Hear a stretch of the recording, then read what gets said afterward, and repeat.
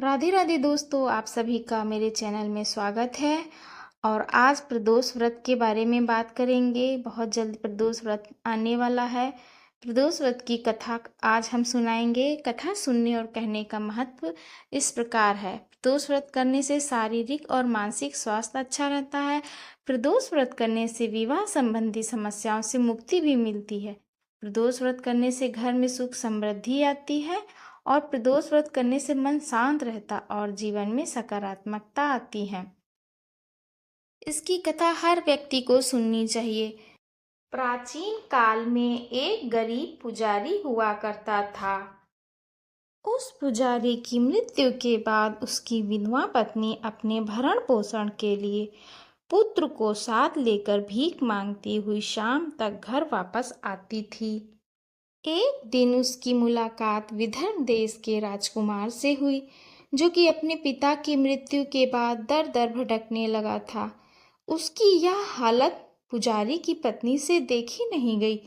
वह उस राजकुमार को अपने साथ अपने घर ले आई और पुत्र जैसा रखने लगी। एक दिन पुजारी की पत्नी अपने साथ दोनों पुत्रों को सौंडिल्य ऋषि के आश्रम ले आई। वहां उसने ऋषि से शिव जी के प्रदोष व्रत की कथा एवं विधि सुनी तथा घर जाकर अब वह भी प्रदोष व्रत करने लगी। एक बार दोनों बालक वन में घूम रहे थे। उनमें से पुजारी का बेटा तो घर लौट आ गया, परंतु राजकुमार वन में ही रह गया। उस राजकुमार ने गंधर्व कन्याओं को क्रीड़ा करते हुए देखा तो उनसे बात करने लगा। उस कन्या का नाम अंशुमति था।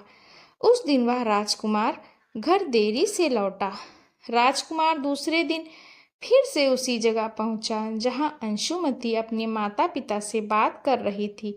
तभी अंशुमति के माता पिता ने उस राजकुमार को पहचान लिया तथा उससे कहा कि आप तो विदर्भ नगर के राजकुमार हो ना? आपका नाम धर्मगुप्त है। अंशुमति के माता पिता को वह राजकुमार पसंद आया और उन्होंने कहा कि शिव जी की कृपा से हम अपनी पुत्री का विवाह आपसे करना चाहते हैं। क्या आप इस विवाह के लिए तैयार हैं? राजकुमार ने अपनी स्वीकृति दे दी तो उन दोनों का विवाह संपन्न हुआ। बाद में राजकुमार ने गंधर्व की विशाल सेना के साथ विदर्भ पर हमला किया और घमासान युद्ध कर विजय प्राप्त की तथा पत्नी के साथ राज्य करने लगा।